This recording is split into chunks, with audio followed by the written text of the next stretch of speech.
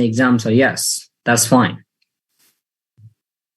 Yesterday we were talking about some arguments for teaching grammar, and we are going to continue that discussion today. Well, so there are three different approaches to teaching grammar. One is called deductive, the old traditional approach that moves from the rules to example. The inductive approach, the new approach, the modern approach, which moves from the examples to the rules, and the text-based approach in which grammar is taught using some meaningful and contextual texts. Okay? So if you look at the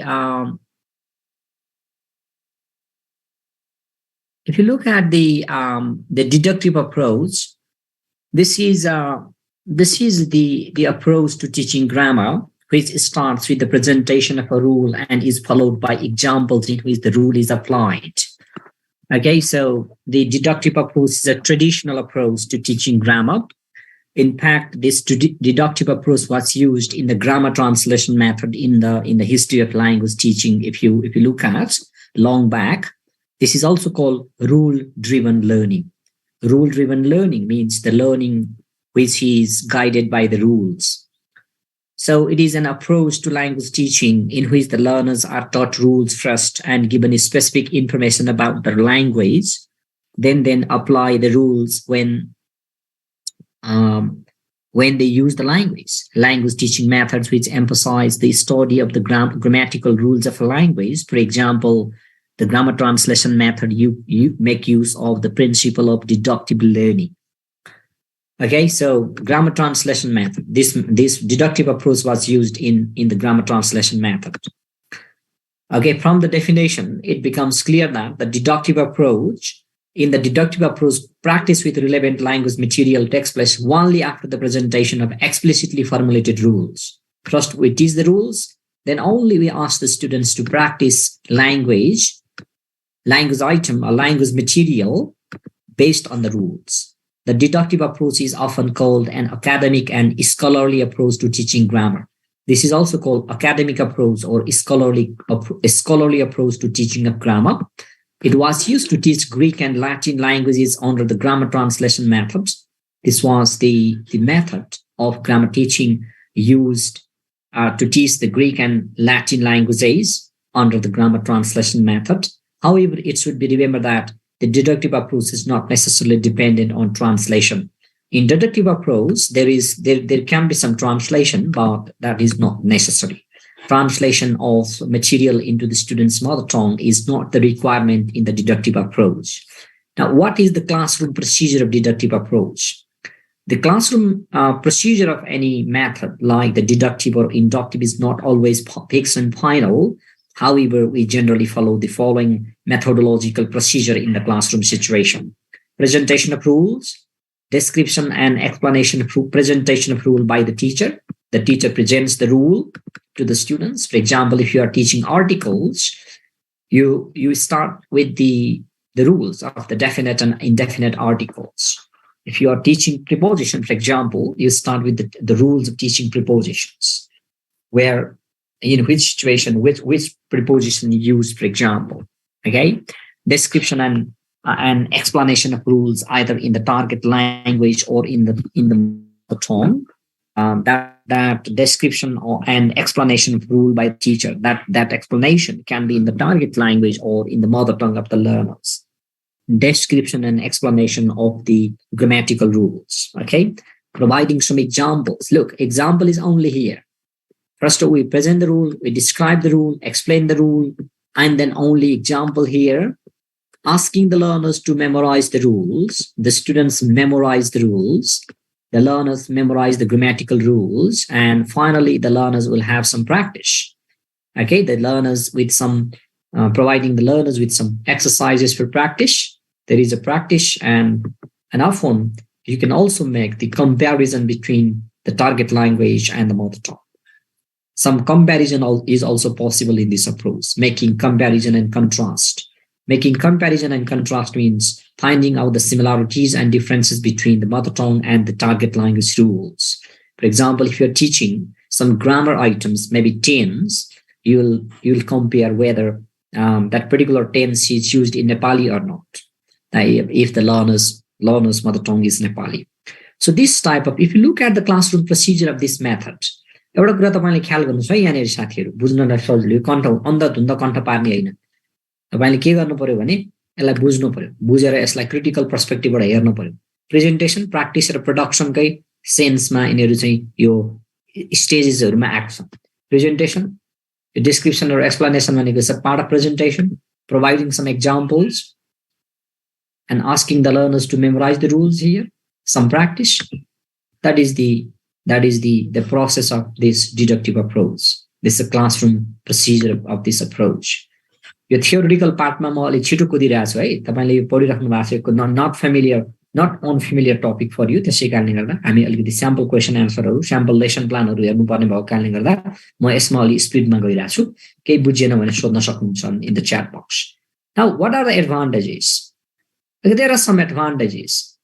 Okay, so this is somewhere I found with the students interaction in Surkhet, for example. So easy to apply. This is our points. These are the general points based on our interaction, your and mine idea. Okay, easy to apply. It's a time-saving approach. Untrained teachers can also teach following this approach. No possibility of wrong rule formulation on the part of the learners. I know ulto wrong generate garla bhanne tension bhayen. No expensive, less time and resources. Less time and less resource ma यसबाट grammar पढाउन सकिन्छ. Can be applied in a large class. Appropriate for adult learners. Adult learners हरुलाई यो अलि appropriate हुन्छ किनभने उनीहरुमा चीजलाई analyse गर्न सक्ने capacity हुन्छ. Okay, so advantages ali detailed advantages are here given. So that these are based on Scott Thornbury. Deductive approach is time saving because it gets straight to the point. Time saving. यसमा धेरै एक rule भन्दियो सिद्धियो. Rule explanation is simple and quicker than rule elicitation from examples. Explanation चाहिँ easy हुन्छ. मैले अहिले पढाइरहेको छु नि तपाईसँग मैले इन्टरेक्सन गर्न आयो भने ढिलो हुन्छ यो. मैले आफ्नै तरिकाले मैले दिइरहेको छु हैन कन्टेन्ट चाहिँ as if I know everything भने जस्तो के तपाईलाई थाहा छ यो तर हामीसँग इन्टरेक्सन गर्ने त्यो that is not time. तपाईसँग भएको आइडियालाई राइटिङ प्र्याक्टिस गर्नेमा युज गर्नु होला है यो मेरोमा त युज नगर्नु होला. So my point is that I am just giving the idea from my side here. That does not mean that you don't know anything. You know a lot of things, but mix your idea with mine. The deductive approach is time saving. It respects the intelligence and maturity of the students and acknowledges the role of cognitive process in language acquisition. भन्न खोजेको चाहिँ बच्चाहरुको intelligence र maturity mental ability लाई यसले चाहिँ सम्मान गर्छ recognise गर्छ रेस्पेक्ट गर्छ बच्चाहरुको कग्निटिभ प्रोसेस रुल पढ्दाखेरि त पुरै कग्निटिभ प्रोसेस एन्गेज हुन्छ नि त so kind of mental exercise नै हो के यो चाहिँ वास्तवमा ग्रामर पढ्ने भनेको चाहिँ kind of mental exercise so kind of cognitive process that involves in the language acquisition. It respects that one. It is useful for the students having an analytical learning style. जुन rule पढ्नको लागि त analysis गर्ने capacity चाहियो विद्यार्थीहरुलाई हो analytical learning ability भएको बच्चाहरुलाई चाहिँ यो अप्रोच उपयुक्त हुन्छ. The teacher in this approach can deal with the language points as they come up. Here she did not to anticipate and prepare for them in advance. यसमा चाहिँ विद्यार्थीहरुलाई पढाउने सन्दर्भमा टिचरले त पूर्व तयारी गर्न पर्दैन के त्यहाँ अन द स्पोट पढाइदिन सक्छ. The teacher can deal with the points in the classroom context, not necessary to prepare in advance for teaching purpose. It is easy for the teacher. It is easy. This approach is easy for the teacher, but because it does not require the pre-preparation on the part of the teacher, the students get clear concept of grammatical rules. There is not any possibility of imparting wrong rules and making incorrect generalizations. यसमा चाहिँ टिचरले नै rule सिकाइदिने directly भएको कारणले गर्दा विद्यार्थीहरुले रङ rule सिक्ने चाहिँ सम्भावना एकदमै कमी हुन्छ. रङ रुल जेनरलाइजेसन गर्न सक्ने सम्भावना एकदमै कमी हुन्छ. So that is the point. It is easy to apply. Even an untrained teacher can handle the class without any difficulty. हैन it's an easy one. अब रुल पढाउने हो ग्रामर किताबमा भएका रुल लेखाएर पनि टिचरले ग्रामर पढाइदिन सक्नुहुन्छ. Okay, last time I was observing one class in Lalitpur. Secondary level English teacher was teaching in grade 9, right? Grade 9 he was teaching and he was just copying some of the rules from grammar practice book on the board. Might be he was using the deductive approach. Look, यसमा केही एक्सरसाइजहरु अरु critical exercise विद्यार्थीहरूलाई गराइदैन कि सिधै rule लेखाउने भएको कारणले गर्दा anyone can teach grammar with the help of this approach. These are some of the advantages. If you look at its disadvantages, it certainly has के disadvantage. The teacher centered हो, learners are passive. This is our point, right? तपाईले पोइन्टहरुलाई mix up गर्न सक्नुहुन्छ. These are the easy points. Boring, monotonous. Rule पढ्दा पढ्दा हैरान, right? मैले हिजो सुरु गरेको थिएँ नि सेन्टेन्स एउटा याद गर्नु भएको छ. When I die, bury me deep, keep my grammar book on my feet and tell my teacher that I have gone for a rest and never come back for the grammar test. यो विद्यार्थीले भनिरहेछ नि, हो यो deductive अप्रोचले grammar पढाएको भएर यस्तो भनेको बच्चाले. तपाईले मैले ग्रामर पढेको अनुभव सुनाउनुहुन्छ भने म 6 क्लासमा ग्रामर पढ्दाखेरि एउटा रुममा दुईवटा कोठा थियो, मतलब एउटा क्लास, हाम्रो क्लासमा दुईवटा ढोका थियो. टिफिन पछाडी सर एउटा ढोकाबाट इन्ट्री गर्नुहुन्थ्यो, म लगायत 3-4 जना साथीहरु अर्को ढोकाबाट बाहिर जान्थ्यौं. किनभने उहाँले रुल सोध्नुहुन्थ्यो, रुल आएन भने त्यो लट्ठीले हातमा हान्नुहुन्थ्यो खरेटोले अथवा कान मजाले तान्नुहुन्थ्यो दुख्ने गरी. कान तानाइको दुख खप्नु भन्दा त बरु क्लास बाहिरै गए राम्रो भयो. That was the situation in my case as well while learning grammar in grade 6. But the story of learning grammar from grade 7 was different because we had a new teacher who just somersaulted the process. नयाँ टिचरले grade 7 बाट ग्रामरलाई नयाँ तरिकाले पढाउनु. He never taught the rules, but we were able to solve all the grammar problems by the end of the year. Okay, so this is how the deductive approach has a problem. Deductive approach ma के problem छ नै. Are you getting my point?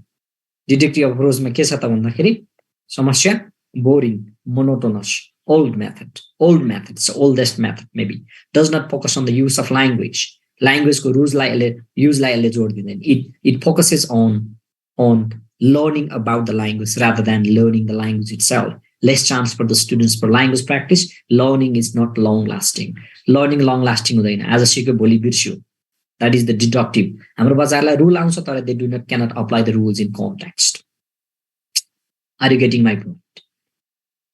अब disadvantages को pointहरुलाई if you look at let's say memorizing endless rules and exceptions become boring and monotonous for the students. It is not applicable at lower levels because the small children cannot memorize the rules. But सानो लेभलमा is not applicable.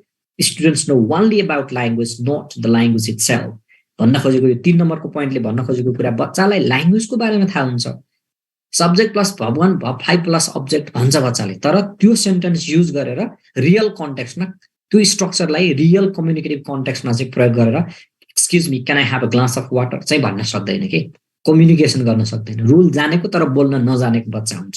That is the problem of this. knowing about language, not language itself.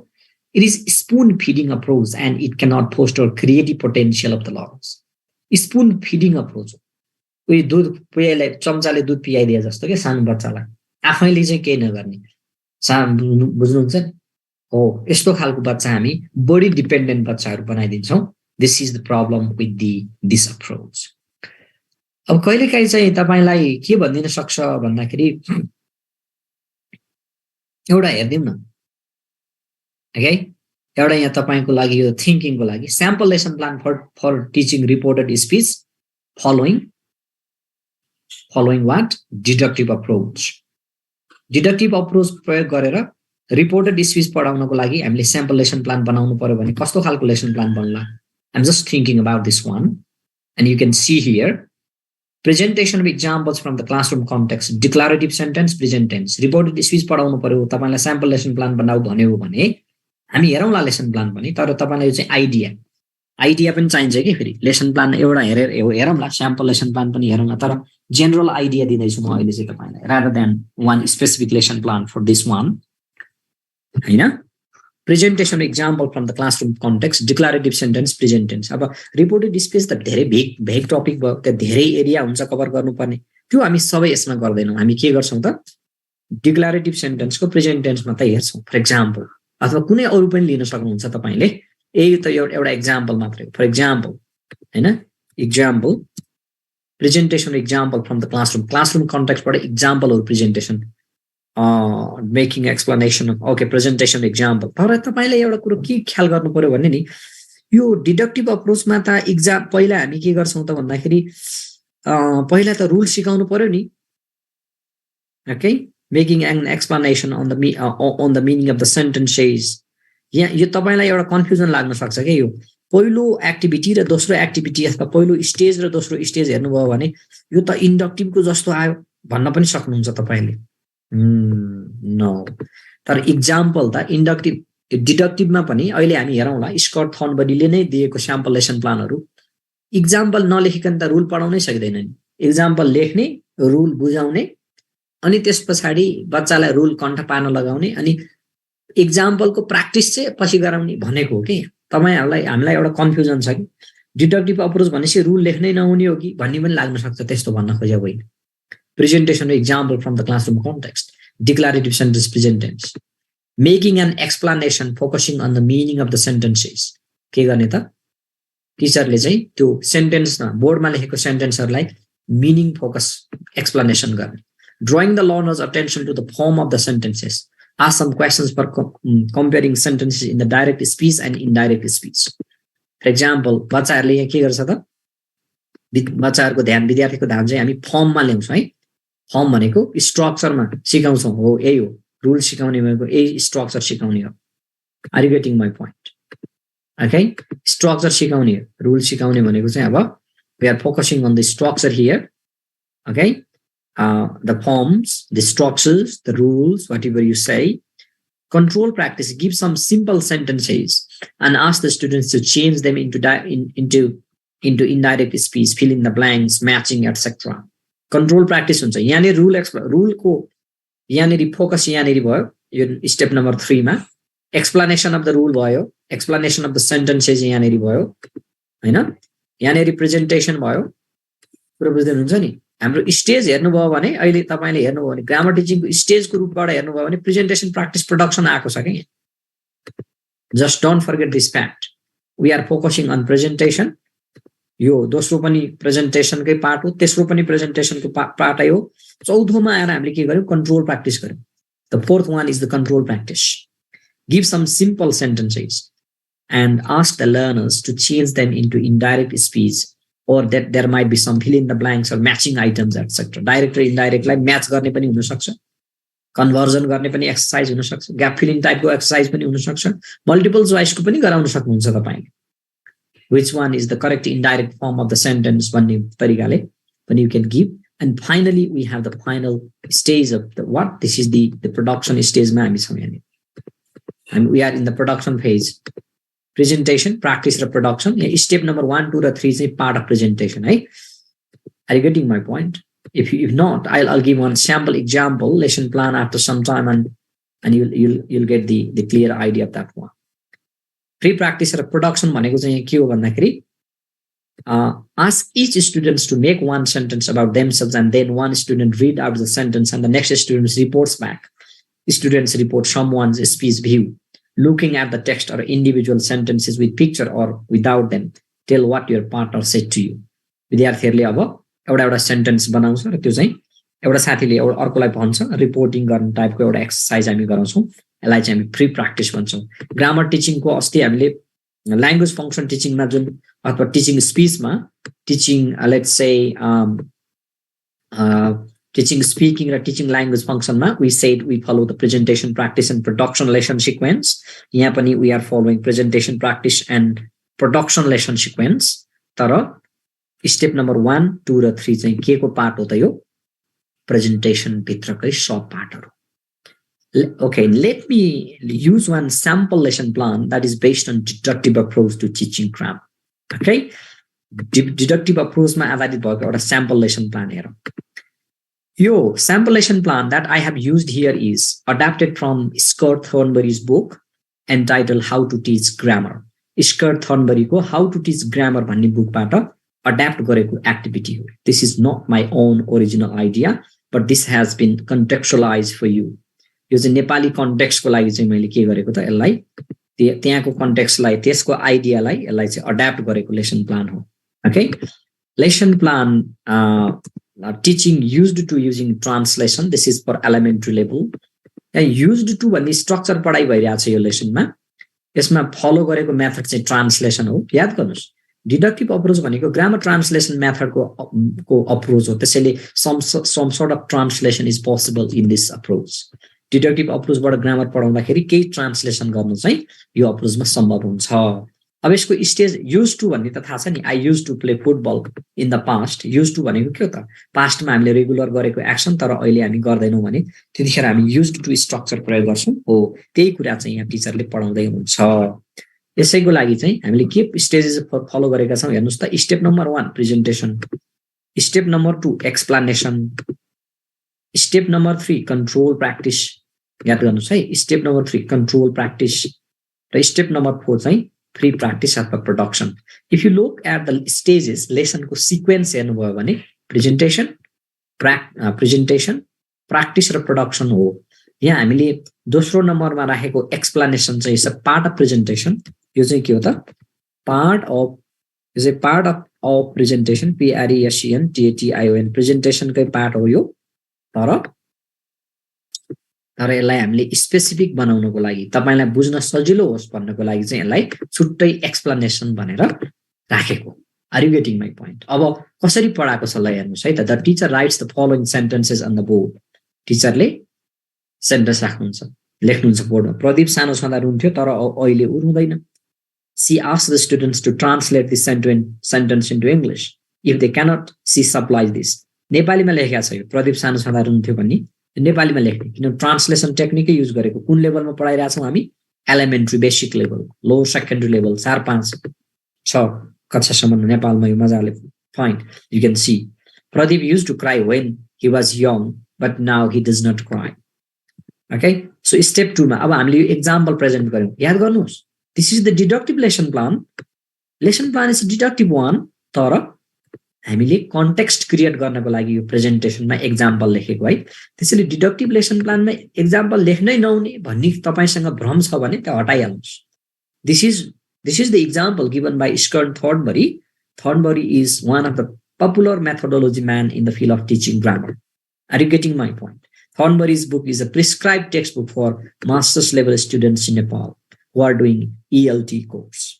त्यसैले यसमा तपाईँ doubt मान्नु पर्दैन यो होला र अथवा यो लेख्न मिल्ला र भनेर don't get down just follow प्रेजेन्टेसनमा रुल होइन कि एक्जाम्पल प्रेजेन्टेसन भयो डिडक्टिभ लेसन प्लान हो हुन चाहिँ अब एक्सप्लानेसनमा चाहिँ हामी के गर्छौँ त रुल फोकस्ड एक्सप्लानेसन गर्छौँ okay see then explains in नेपालीमै एक्सप्लानेसन गरेको किनभने ट्रान्सलेसन त युजै हो गरेको हामीले technique we used to for expressing something which we did regularly in the past but we no longer do it now यो नेपालीमा गरेको एक्सप्लानेसन हो यसलाई नेपालीमा भनिन्छ तर यो हामीले लेख्दा चाहिँ इङ्ग्लिसमा लेख्यौँ यहाँनिर होइन रेगुलरली हामी कुनै काम पास्टमा गर्थ्यौँ तर अहिले गर्दैनौँ भने त्यस्तो अवस्थामा युज्ड टु कि स्ट्रक्चर प्रयोग हुन्छ भनेर टिचरले भन्नुभयो Then she provides some Nepali sentences orally and elicits English translations from the students.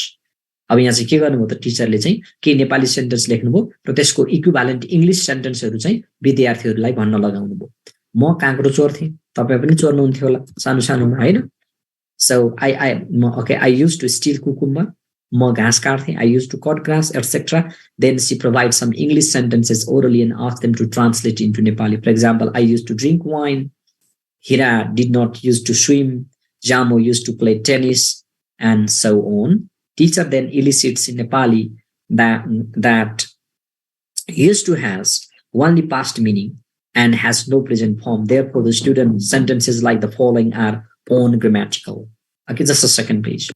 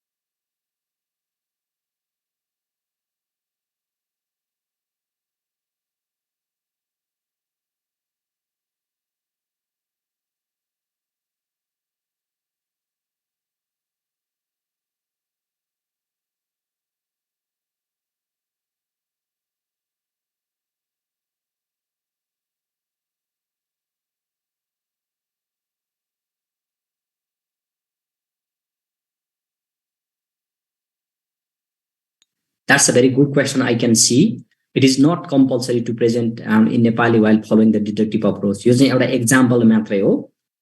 तपाईले के भनेर बुझ्नु पर्यो भने हामीले डिडक्टिभ अप्रोचमा ट्रान्सलेसन गर्न सम्भव चाहिँ हो, तर ट्रान्सलेसन गर्नु नै पर्छ भनेको चाहिँ होइन है. यसै बुझ्नु होला.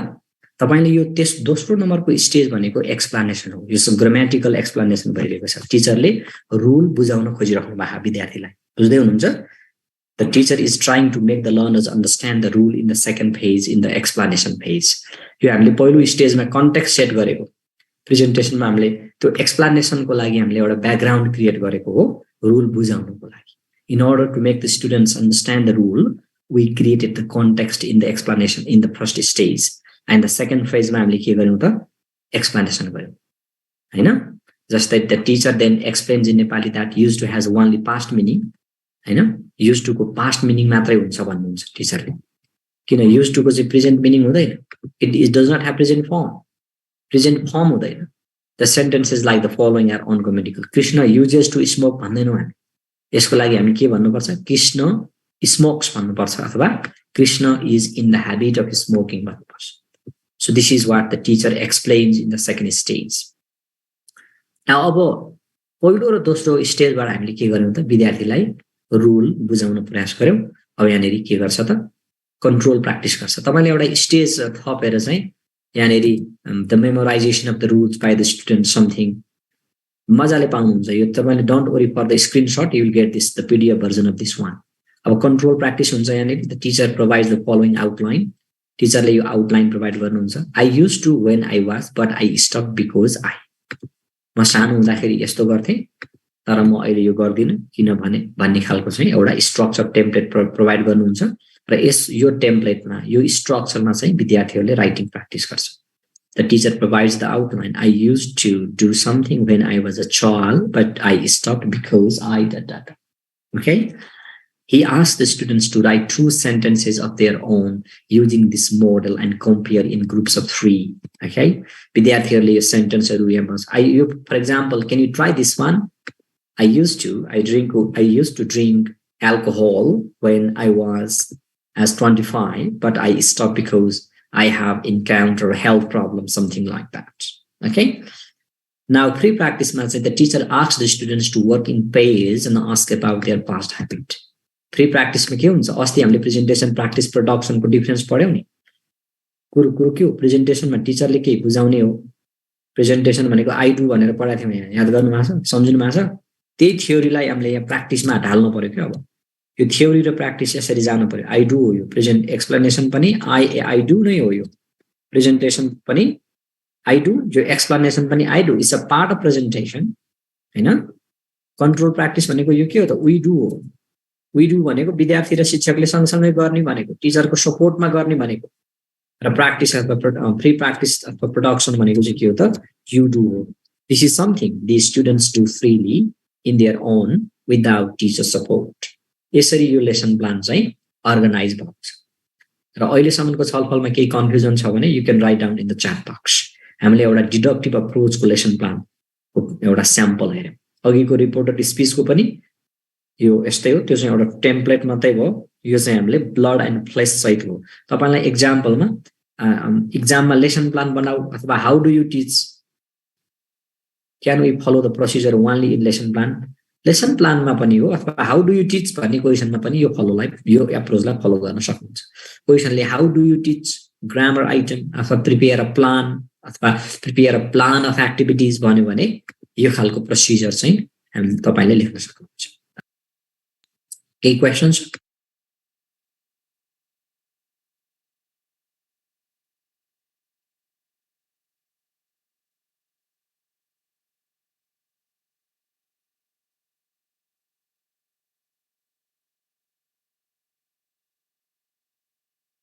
If you don't have questions, then I'd like to move ahead. अब म inductive approach तिर मुभ गरे है त साथीहरु. Let me load another let's slide that is related to inductive approach. अब यो inductive approach र deductive approach को चाहिँ फरक के हो भने नि साथीहरु. Inductive approach मा चाहिँ हामी के गर्छौं त भन्दाखेरि पहिला ल्याङ्ग्वेज एक्सपिरियन्स गर्न दिन्छौँ के बच्चालाई। मानौ तपाईँ जापान जाँदै हुनुहुन्छ, जापान जाने दुईटा ग्रुप छ। Two group of people are learners, students are going to Japan. यदि तपाईँ डिडक्टिभ अप्रोचबाट जापान जाँदै हुनुहुन्छ भने जापानमा जाँदा के गर्ने के नगर्ने भनेर पुरै जापानिज भाषा सिकेर सबै जापानिज कल्चरको बारेमा ज्ञान लिएर जापान जानुहुन्छ, त्यहाँ गएर अप्लाई गर्नुहुन्छ। You learn Japanese culture, Japanese language, Japanese custom, the way of life in Nepal, you go to Japan and apply that in Japan. जापानमा जाने त्यही अनुसार अप्लाई गर्ने। You learn the rule and apply the rule in Japanese context. That is the deductive. The inductive मा त्यस्तो गर्नुहुन्न। तपाईँ Japan जाँदै हुनुहुन्छ भने तपाईँ अन्धाधुन्दा जापान जानुहुन्छ। कतिपय मान्छेहरू त्यो चोर बाटो मेक्सिको हुँदै अमेरिका जान्छन् नि, हो त्यस्तै हो। अमेरिकामा गएर अंग्रेजी बोल्न पनि आउँदैन तपाईलाई, जापानमा गएर जापानिज बोल्न पनि आउँदैन, तपाईँ जानुहुन्छ अन्धाधुन्दा, त्यहाँ एक्सपिरियन्स गर्नुहुन्छ, आफै सिक्नुहुन्छ, आफै अनुभव गर्नुहुन्छ, त्यहाँको रुल पनि थाहा छैन तपाईलाई। त्यहाँ सुपरमार्केटमा के गर्ने, घरमा के गर्ने, मान्छेसित कस्तो व्यवहार गर्ने, you don't know, you just see, observe in the real context and learn that way. यसलाई भनिन्छ inductive approach. Inductive approach is something we follow in our natural process of learning something. Okay, teaching grammar through example is called the inductive approach. Inductive approach भनेको teaching grammar हैन, teaching grammar with the help of examples. In this approach, the learners are not taught grammatical rules directly, but are left to discover or induce rules from their experience of using the language. Are you getting my point? Grammatical rules, they are not explicitly taught, but the students discover the rules, induce the rules from their experience of using the language. Okay, so this is the inductive one. Okay, and say that. The language teaching methods which emphasize the use of the language rather than presentation of information about the language. For example, the direct method, audiolingual method, communicative approach, and natural approach make use of the principle of deductive learning. Language teaching approaches, if you look at the language teaching approaches and language teaching methods, grammar translation method ले deductive approach प्रयोग गर्छ। याद गर्नुस् है, हामीले पछि method पनि पढ्नुपर्छ। The methods of language teaching भनिन्छ, approaches, methods, techniques को कुरा गर्दाखेरि त्यो आउँछ, यहाँनिर सम्झिराख्नु होला। Grammar translation method मा deductive approach, direct method, audiolingual method, यहाँ हेर्नुस् है, direct method, audiolingual method, communicative approach, र natural approach मा हामी के युज गर्छौं त भन्दा inductive approach to grammar teaching प्रयोग गर्छौं। The inductive approach follows experiential method. Experiential method भनेको अनुभव गरेर सिक्ने। जापानमा गएर त्यही जापानिज सिक्ने, यहाँबाट सिकेर जाने भई, त्यही गएर रुल सिक्ने, त्यही गरेर कल्चर सिक्ने। Instruction and focus on discovery learning, आफैले पत्ता लगाउने, ए यहाँ त यस्तो पो हुँदो रहेछ, you discover them yourself. It is a subconscious process of learning grammar from which learning becomes long lasting. यो subconscious हुन्छ, learning long lasting हुन्छ. It is in fact a subconscious. Okay, Cowan argues that the inductive instruction involves having the students formulate rules from the natural language and this and that. Okay. So our deductive or inductive difference, we'll see it a little bit after some time. Let's talk about the advantages and disadvantages first. Advantage or disadvantage briefly. Okay, and we'll look at the let's say the classroom procedure inductive approach classroom procedure, presentation of examples. You theoretically using process it's a theoretical sense actual classroom practice there can be some modification. Presentation of example, observation and analysis of example by the students, rule formulation by the learners with the help of the teacher, generalization of the rules, and written and oral practice. This is the classroom procedure for inductive approach. Okay. अब advantage र disadvantage तपाई आफै पढ्नु होला है। यो किनभने अघि नै हामीले डिडक्टिभ कोमा पढ्यौं हामीले डिडक्टिभ मा लाई ठ्याक्क उल्टो गरे हेर्नुस् अब। डिडक्टिभ को लिमिटेसन जति यसको एडभान्टेज हुन्छ है, बुझ्नु है, यसरी सजिलो तरिका। डिडक्टिभ अप्रोच को डिसएडभान्टेज जति यसको एडभान्टेज बन्छ, इन्डक्टिभ को एडभान्टेज बन्छ। र डिडक्टिभ अप्रोच को एडभान्टेजहरु जति चाहिँ यसको डिसएडभान्टेज बन्छ। यसले चाहिँ यसरी पढ्नु होला।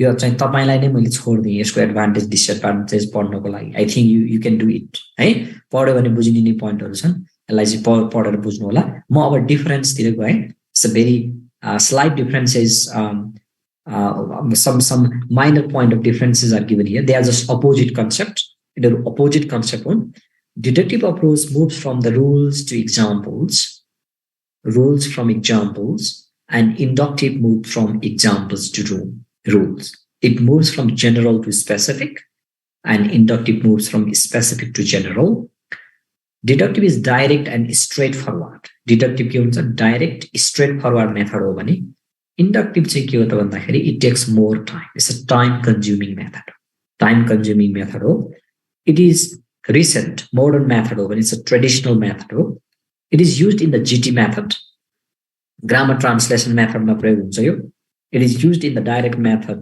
audio-linear method communicative approach and natural approach learning becomes boring and monotonous in the deductive one र inductive one मा के हुन्छ त learning becomes more interesting and engaging are you getting my point so these are the differences in the examination यस्तो खालको difference आयो भने चाहिँ तपाईले you can write in the table or you can write in point one after another pros and cons भनेको pros भनेको advantages cons भनेको disadvantages है pros र cons भनेको यहाँ हेर्नुस् है कहिलेकाहीँ यो शब्दले क्वेशनमा झुकिनु होला कहिले what are the pros and cons of direct method भन्देला अथवा ऑडियोलिंगुअल मेथड अथवा डिडक्टिभ अप्रोच भन्देला यो भन्दाखेरि चाहिँ नझुकिनु pros भनेको एडभान्टेजेस cons भनेको डिसएडभान्टेजेस ओके सो अब डिडक्टिभ अप्रोचको त हामीले एउटा स्याम्पल लेसन प्लान हेरौँ अब इन्डक्टिभ अप्रोचको एउटा स्याम्पल लेसन प्लान हेरौँ are you getting my point अलि स्पिड बढाएको छु साथी मैले है तपाईले बुझ्नु भएन भने च्याट बक्समा लेख्नुस् है अलि स्पिडमा जानुपर्छ स्पिडमा जानुको अर्थ छिटो सिध्याएर म फुत्किने भने चाहिँ होइन म तपाईलाई एक्स्ट्रा बिट केही दिन सक्छु भन्ने उद्देश्यले मैले कुदाइरहेको बुझ्नुभयो नि छिटो सिध्याएर तपाईलाई त्यतिकै छोड्ने भन्दा पनि छिटो गयो भने मैले तपाईलाई थप कुरा दिन सक्छु भन्ने additional dose are you getting okay ल अब यसमा जाउँ यो चाहिँ इन्डक्टिभ अप्रोचको चाहिँ लेसन प्लान हो teaching the present simple using realia यहाँ टिचरले प्रेजेन्ट सिम्पल टेन्स पढाइराख्नु भएको छ सिम्पल प्रेजेन्ट टेन्स के प्रयोग गरेर त भन्दा रियल अब्जेक्टहरु प्रयोग गरेर using the real objects in both approach first step presentation of examples confuse please help sir भन्नुभएको छ हो यही कुरो नै तपाईलाई अघिदेखि नै बुझाउन खोजिरहेको छु तपाईले यही कुरो बुझ्नु भएन छ ल ठीक छ म बुझाउँछु है त प्रेजेन्टेसन अफ एक्जाम्पल दुईटैमा हो अब हामीले मेथोडोलोजिकल प्रोसेस लेख्दाखेरि चाहिँ प्रेजेन्टेसन अफ रुल्स र प्रेजेन्टेसन अफ एक्जाम्पल अपोजिट लेख्यौं थियोरिटिकली पढ्दाखेरि तर प्र्याक्टिकल लेसन प्लान बनाउँदाखेरि चाहिँ दुईटैमा प्रेजेन्टेसन अफ एक्जाम्पल भन्यौं तर दोस्रो स्टेपबाट तपाईले डिडक्टिभ हो कि इन्डक्टिभ हो भन्ने कुरो चाहिँ दोस्रो स्टेपबाट तपाईले क्लियर हुन्छ पहिलोको एक्जाम्पल भनेको कन्टेक्स्ट सेटअप गर्नको लागि हो रुल एक्सप्लेनेसन गर्नको लागि कन्टेक्स्ट सेटअप गर्नको लागि रुल लेखेको बुझ्नुभयो रोशीजी बुझ्नुभयो नि त्यसैले presentation of example in order to set the context in the classroom अब तपाईलाई एक्जामिनेसनमा कहिलेकाहीँ डाउट लाग्छ हैन यो कपी जाँच्ने मान्छेले काट्दिने हो कि भन्ने लाग्छ भने तपाईले के एउटा उपाय लगाउनुस् भने I am following the sample lesson plan अथवा idea of lesson planning by Scott Thornberry भनेर थर्नबरीलाई कोट गर्नुभयो भने तपाई बलियो हुनुभयो जुन पनि कहिलेकाहीँ आफू कमजोर हो जस्तो फिल भयो भने अरु कसैको ब्याकअप लिनुपर्छ are you getting my point थर्नबरीको ब्याकअप लिएर थर्नबरीको आइडिया अनुसार म यो लेसन प्लान बनाइरा छु because I personally like his model भन्नु Siddhi why because why are you following Thornbury 1999 because I like the model that Thornberry has suggested. यसको आइडिया कसको हो त who is the provider of idea for this sample lesson plan THORN Thornberry THORN BURY 1999 BURY 1999 Hornbury 1999 को idea अनुसार I am following this भनिसकेपछि you will be very safe position in a safe position ल अब यहाँ lesson प्लानको इक्जाम्पलतिर जाउँ inductive approach अनुसार सिम्पल प्रेजेन्ट टेन्स पढाएको एउटा इक्जाम्पल हेरौँ रेलियाको प्रयोग गरेर रेलिया refers to actual objects and items which are brought into a classroom as examples or as aids to be talked or written about and used in teaching. For example, photographs, articles of clothing, kitchen objects, etc. अब यसमा चाहिँ हामीले रेलिया भनेको के हो भनेर यहाँ लेख्यौं यो एक्जाममा लेख्न आवश्यक पनि छैन अथवा एउटा सेन्टेन्स लेखे पनि हुन्छ रेलिया refers to real objects that can be used for teaching भनेर लेख्नु हुन्छ अब step number 1 engaging students in a detective work detective work भनेको गेसिङ गर्ने टाइपको वर्कमा विद्यार्थीलाई engage गराउ The teacher shows the class a collection of objects such as a wristwatch, passport, a novel, a flute, driving license, sweater, etc. Okay. C says that she found these objects in a bag left in the teacher's room. Then she divides the class into pairs and give each pair an object, telling them they have to find out characteristics of the owner of that object. The students work in pair and write some characteristics of the owner of the objects they have. यो भनेको बुझ्नुभयो simple है एउटा टिचरले के भन्छ त भन्दाखेरि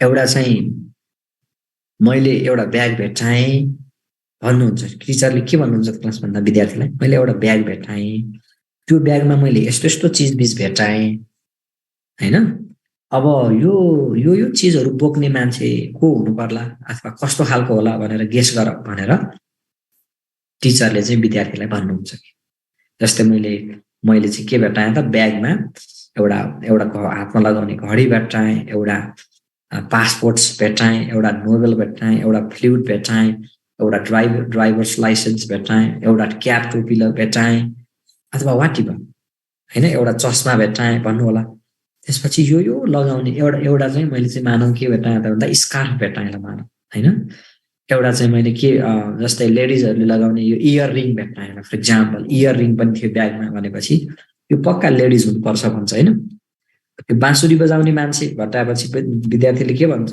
के गेस गर्छ त पक्का पनि यो मान्छेलाई बाँसुरी बजाउन एकदम इन्ट्रेस्ट लाग्छ होला भन्छ हैन फर एक्जाम्पल यो चाहिँ ड्राइभिङ लाइसेन्स भनेपछि पक्का पनि यो मान्छेको कार छ होला भन्छ फर एक्जाम्पल नोबेल भेटाएपछि पक्का पनि यो मान्छेलाई लिटरेचर पढ्न मन लाग्छ भन्छ होला विद्यार्थीले हो पहिलो चाहिँ विद्यार्थीहरुलाई यस्तो गेस गर्न लगाउनुहुन्छ टिचर इन्डक्टिभ वेबाट eliciting sentences from the student अब विद्यार्थीहरुबाट टिचरले के गर्नुहुन्छ त सेन्टेन्सलाई इलिसिट गर्नुहुन्छ the teacher facilitates the students in their deductions by asking such questions at do you think it's a man or woman on the basis of their response the honor is labeled as he or she.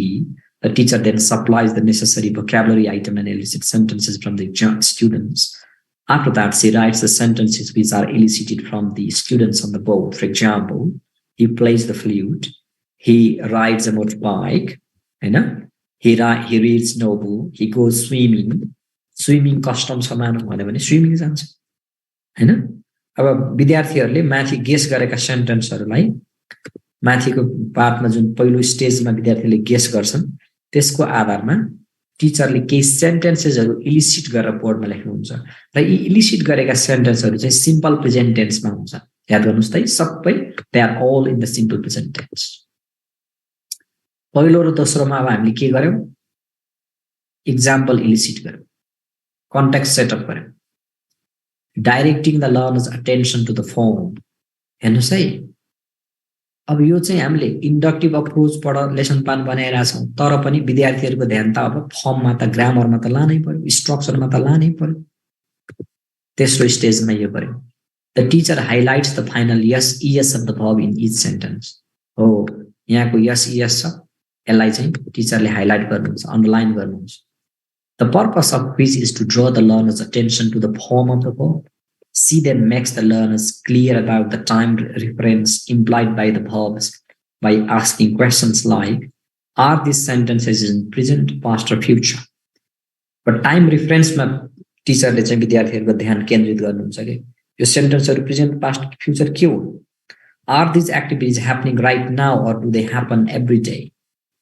के हो त questions भनेको विद्यार्थीहरुको यसमा चाहिँ फर्ममा अलिकति focus गरायो grammar स्ट्रक्चरमा फर्ममा विद्यार्थीहरुको लर्नर्सको अटेन्सनलाई ड्र गरेको छ यसमा स्टेप नम्बर 3 मा अब याद गर्नुभयो भने यो स्टेप नम्बर 1 2 र 3 चाहिँ प्रेजेन्टेसनकै पार्ट हो they are the part of presentation the sub stages of presentation है step 1 2 and 3 these are the sub stages of presentation अब नम्बर 4 मा चाहिँ control practice then C erases the verb and asks the learners to complete the sentences from their memory working in their pairs okay अब सरले टिचरले के गर्नुहुन्छ त यहाँ verb मेड दिनुहुन्छ verb मेड दिएर सम्झनाको आधारमा मेमोरीको आधारमा चाहिँ यो सेन्टेन्सहरु कम्प्लिट गर्नु पर्यो he plays the flute he wears sweater he reads novel अब verb मा यहाँ यस लगाउँछ कि लगाउँदैन भन्ने कन्सर्न हो यहाँ त्यो बिगार्न सक्छ त्यही सिकाउँछौँ हामी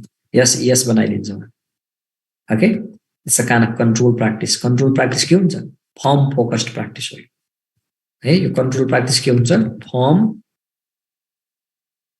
फर्म फोकस्ड प्र्याक्टिस हुन्छ control practice is form focused grammar focused हुन्छ are you getting me form focused हुन्छ र फ्री प्र्याक्टिस भनेको चाहिँ के हो त मिनिङ फोकस्ड हुन्छ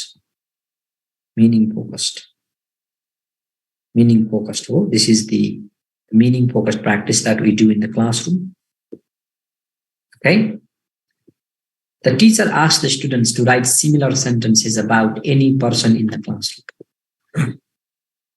हैन जस्तै एकजना साथीको बारेमा त्यस्तै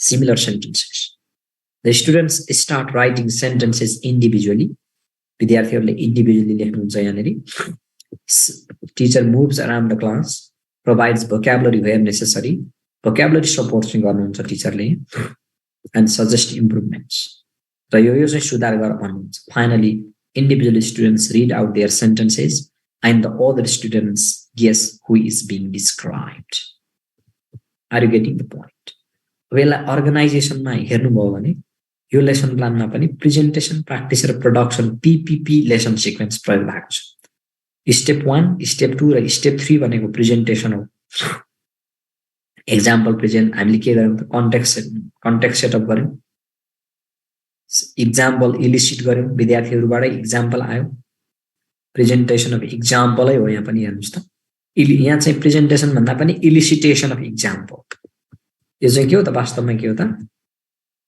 ELICITATION इलिसिटेसन अफ एक्जाम्पल्स example को elicitation part here.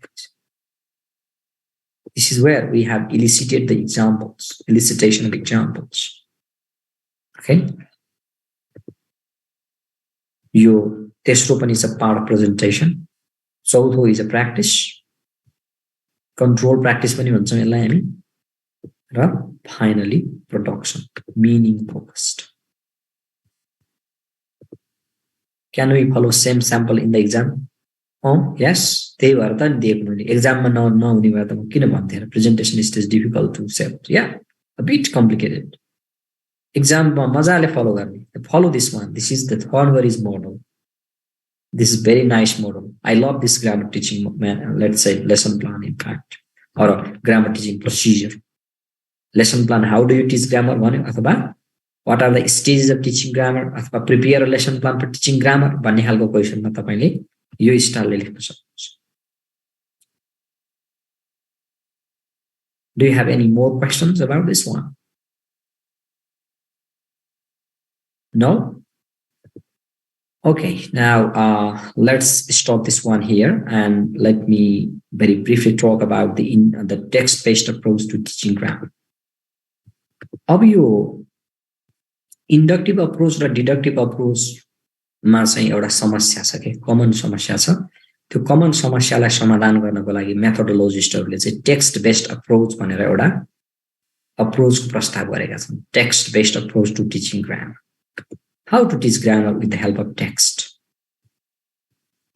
ओके टेक्स्टको आधारमा ग्रामर कसरी पढाउने भन्दाखेरि मिनिङफुल टेक्स्टहरु प्रयोग गर्ने contextual teaching of grammar design एक्टिभिटीको कथा अर्कै हुन्छ म पछि गर्छु ल A common problem of both deductive and inductive approaches to teaching grammar is the dependence on decontextualized and very contrived examples of language. Deductive र इन्डक्टिभ अप्रोचमा एउटा समस्या के छ त भन्दाखेरि कन्टेक्स्टमा ग्रामर पढाउँदैन कि तिनीहरूले आइसोलेसनमा एउटा एउटा सेन्टेन्स लेखेर ग्रामर पढाइन्छ तर रियल ल्याङ्ग्वेज युजमा हामी एउटा सेन्टेन्स मात्रै एकचोटिमा प्रयोग गर्छौँ गर्दैन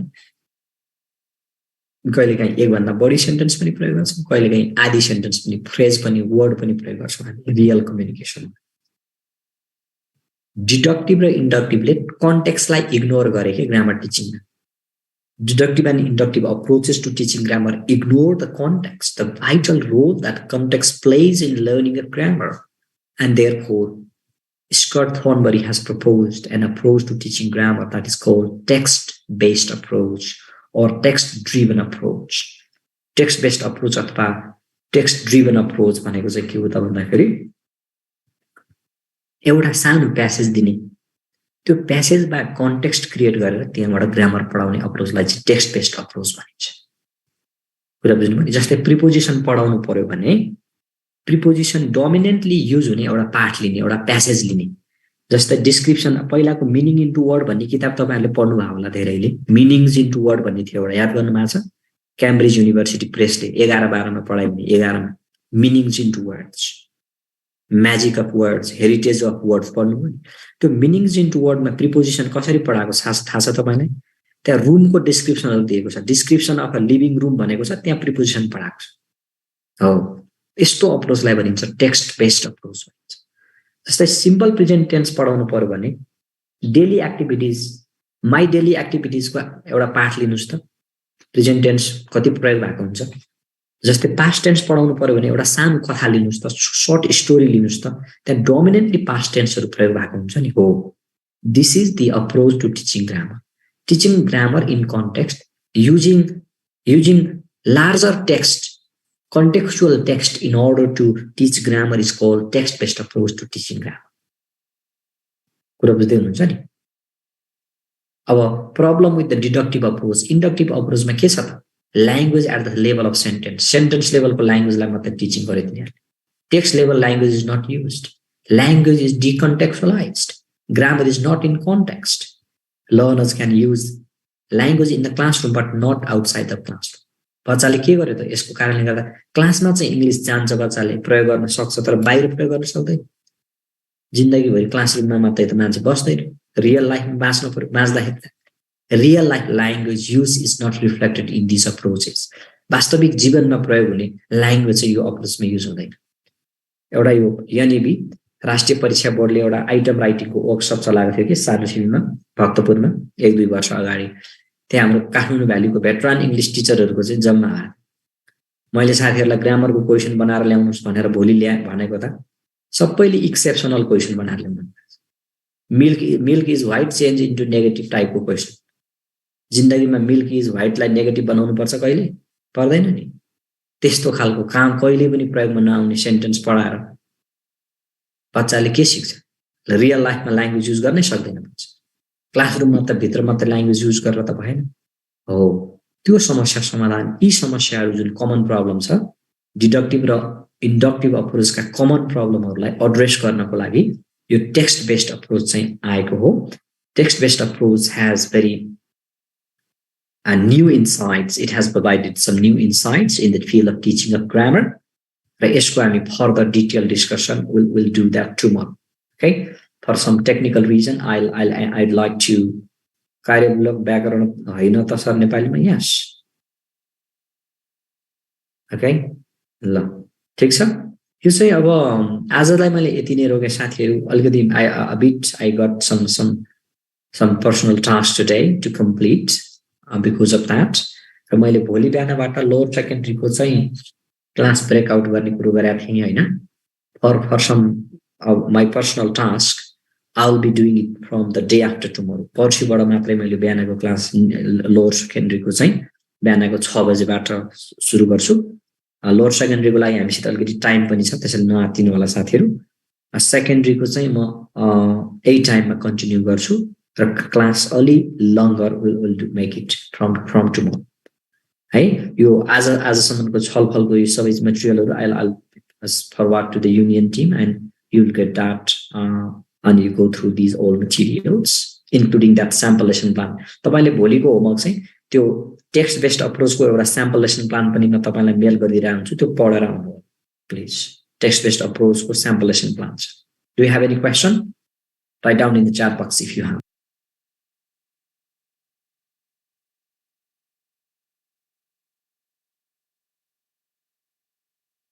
As if not question, I'd like to stop here. Good night, everyone. Note पठाइदिन्छु म आज, every note you get. के भन्नुभएको छ? Please teach us exam based. Yes, exam based नै भइरहेको टिचिङ. यसलाई तपाईँले नन एक्जाम भन्नु थाल्नुभयो होला, एक्जाम ओरिएन्टेड हो. फिजिकल क्लास चाहिँ I have not started 8. I have not started 8. I will let you know if I start somewhere. Okay. Thank you very much.